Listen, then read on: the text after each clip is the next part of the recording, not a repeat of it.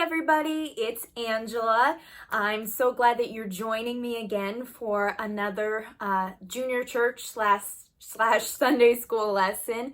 I can't wait to see you guys again after all this is over, but I'm so grateful that during this time we're able to still have a little bit kind of like a class and that we're able to do this. I hope you guys had an awesome week.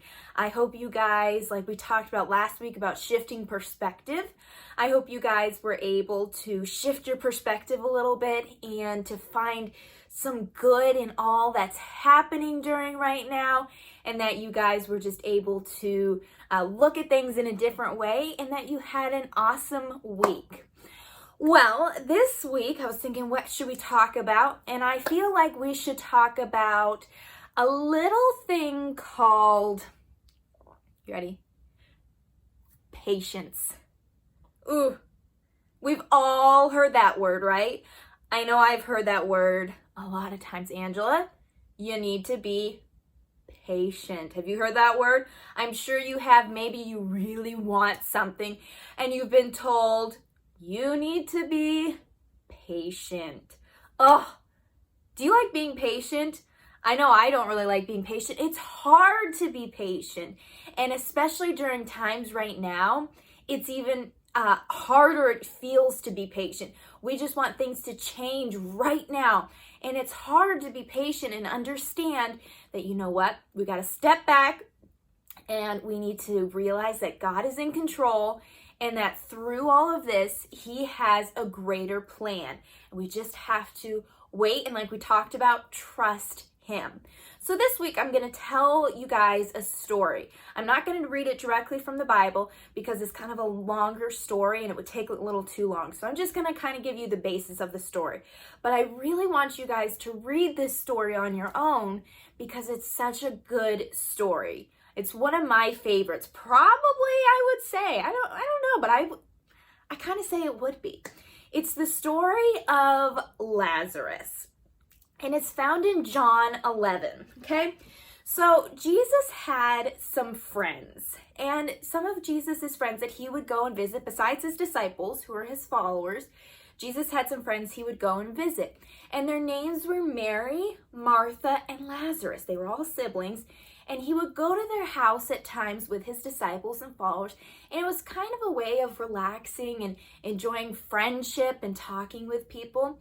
So it was after one of these times that Jesus and his disciples had left and they had traveled on. Well, Jesus was traveling and telling others about his greatness and what he had done and why he had come to the earth for them. And someone came running up to Jesus and said, "Jesus, your friend Lazarus is sick." And all of his disciples go, "Oh no, Lazarus is sick. We got to go back right now. We got to go see him."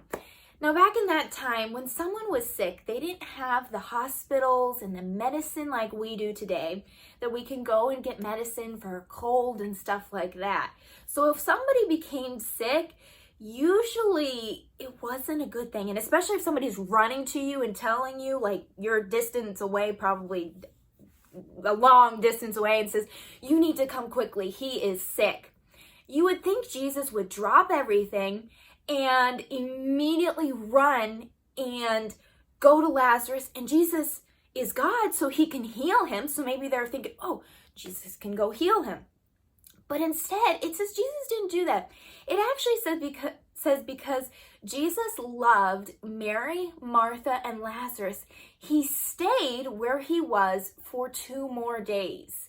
And then after the 2 days, it says Jesus said to his disciples, "All right, come on, it's time for us to go." And he says, "Lazarus is asleep, and I need to go wake him." And his disciples go, "What? He's asleep, Lord?" You do realize that when somebody is sleeping, usually that's a good thing because that means their body is healing itself, right? So that's a good thing. I'm confused, right? Jesus said, "Lazarus has died. And I'm glad for your sakes that I wasn't there, because this way God can receive the glory." And his disciples, what in the world is he talking about? I'm so confused. But they went and they followed Jesus, and they arrived to the outskirts of the city where the tombs were. And it says that Martha, she knew that Jesus was coming finally, and so she ran out to meet Jesus. And it says that she fell on her knees before him and she cried because she had lost her brother. Her brother had died. She was so sad. And it says that she cried and she said, Lord, if you had been here, my brother wouldn't have died. And Jesus wanted her to trust him. And she knew that Jesus was who he said he was, but it was hard for her because she had just lost her brother. Well, Jesus wanted to be taken to the tomb where Lazarus' body was. So as they were walking over there, Mary came from the city and she ran to Jesus and she fell on her knees also and she cried and she said, Lord, if you had been here, my brother wouldn't have died. They were all in anguish and sad because they had lost their brother. I can't imagine the pain that I would have felt during that time. And so it actually says that Jesus was moved and he felt sadness. And it says that he wept. This is actually the shortest verse in the Bible, John 11:35. You guys can look it up, okay? It's 2 words. Jesus wept. Shortest verse in the Bible. But it has so much significance, right? Because not only did Jesus cry, he wept. He lost his friend. Lazarus was his friend. And he saw that his other friends, his sisters, were hurting. And he was hurting because he lost a friend. And he began to cry and weep. He was so, so sad. And it says that Jesus said he wanted them to take him to the tomb. And so they took him there and they were crying. And it says that Jesus said to Lazarus, he said, remove the stone where Lazarus is placed, remove it. And they said, Lord, he's been in there 4 days now. You know what, he's going to stink. We don't want him to remove the door. Please, Lord, just no. And they did. And guys, do you trust me? This is for your good. It'll bring glory. Trust. So they did. They removed the stone from the tomb. And Jesus prayed a prayer of thanks to his Father. He prayed a thanks to God. And it says that he shouted and he said, Lazarus, come out. And you know what happened? Lazarus came out. A miracle happened. Lazarus was risen from the dead. God performed a miracle. Now, some people think that that's the end of the story, and in some ways it is, but I don't want to miss something that is so cool about this story. Just, it's so cool that Jesus raised Lazarus from the dead, but what to me is so cool is if we go back, and we go back to verse number 5, okay? And it says, Jesus loved Mary and her sister and Lazarus. So when he heard that Lazarus was sick, he stayed where he was 2 more days. And to me, that is such a cool part of this whole thing. Because Jesus loved Lazarus and Mary and Martha so much, he stayed. God said, he said, just wait. I have something better in store. Be patient. And you know what? During this time, God may be teaching us to be patient. God could come in and he could take all of this away.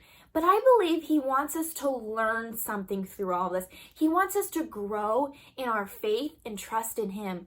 Just like he wanted Mary and Martha and all his disciples and those who are around him to see what he was doing and to trust him and to grow in their faith. I believe he wants us to grow in our faith too by being patient. He wants us to wait during this time and to learn from this time. Not to just use this time as, woe is me, everything is wrong, is so bad. But like we talked about last week, to shift our perspective and to find the good, find the usefulness out of this time, and to trust that he has got something even greater in store than we could imagine. After all this is over, we may not still not understand it. You know what? It may actually take years for us to understand why this happened. But if we allow that patience and trust in our lives, I believe God in time will reveal it to us. Just like he waited and then he revealed and came to Mary and Martha and he did something miraculous. Now we're going to have to use our imaginations a little bit here, okay? I've got a little bit of an illustration, okay? So I have 2 cups of ice, all right? I got 2 cups of ice that I have, this one's starting to melt a little bit, okay? And I have frozen them. Now, you can probably see they look a little bit different. Now, let's use our imaginations. Let's say we own an ice rink, okay? Have you guys ever been to an ice rink? You can go skating on it. Some people play hockey on it, different sports. But you know what you're on? You're on ice, right? So what if you were the owner of an ice rink and time is coming for you to open up your ice rink and you need to put the water down and freeze it? Well, you don't want to have patience. So instead of giving it enough time before you let people on it, you only freeze it just a little bit. And to the eye, it looks like it's frozen, right? Okay? Now, there's a little bit of water you can still see on top, but that's all right. But as soon as somebody gets out on it and they try to go on it, what's going to happen? That little bit of ice is going to just collapse. And they're not going to be able to skate because you weren't patient enough to let it fully harden. Now, if you're the owner of the ice rink and you do what you're supposed to do and you have patience and wait for the ice to get solid, when somebody goes out on it, what's going to happen? They're not going to fall through. Nothing's going to happen, right? Because you were patient and did what you were supposed to do and waited during that time. Now, that might seem like a silly and odd example, but we just got to use our imagination sometimes and be creative. So we need to use patience in our lives. We need to be patient and understand that during this time, God has a plan. Like he had a plan for Mary and Martha, and he waited 2 more days before he went. He has a plan for us too. And you know what, another way of looking at patience? Our siblings, right? During this time, our siblings can get on our nerves, right? And we just have had enough and I can't take it anymore. And we're gonna just blow up at them. Sometimes we feel like that, right? And it gets hard. I'm done. Leave me alone. And then we become impatient and we yell at them. Maybe during this time, we can be patient with our siblings a little bit more. That's hard to do. It was hard for Jesus' disciples and Mary and Martha to be patient and wait for Jesus, but they did that. And you know what? It'll be hard for us to be patient with our siblings, but we should do our very best too. And you know what? If you're the sibling who's getting on your other siblings' nerves and pushing their buttons and trying to get them upset, try not to do that. Because you know what? Nobody likes to get yelled at and nobody likes it when somebody gets angry with them. So maybe try this week to think before you act. Is what I say or going to do irritate my sibling in a way that they're going to lose patience with me and get upset? And maybe not do that. Maybe think of something else to do. Maybe something that won't cause impatience. And if you're somebody like me who is impatient a lot, maybe this week try stepping back, taking a deep breath. And you know what's always a good thing? Praying. Praying and asking God to give us patience during a circumstance. That's always a good idea. So stop, take a deep breath, pray and ask God to give you the patience that you need, and resume. You know what? It's not always going to be easy. We may not always feel patient. We may not always give patience or show patience to other people. We may get upset.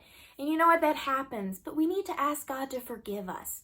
And we need to realize that not only do we need to show patience to our siblings and family, but also realize that God is teaching us patience during this time, because I believe He has something bigger in store for us that He is going to use this time for.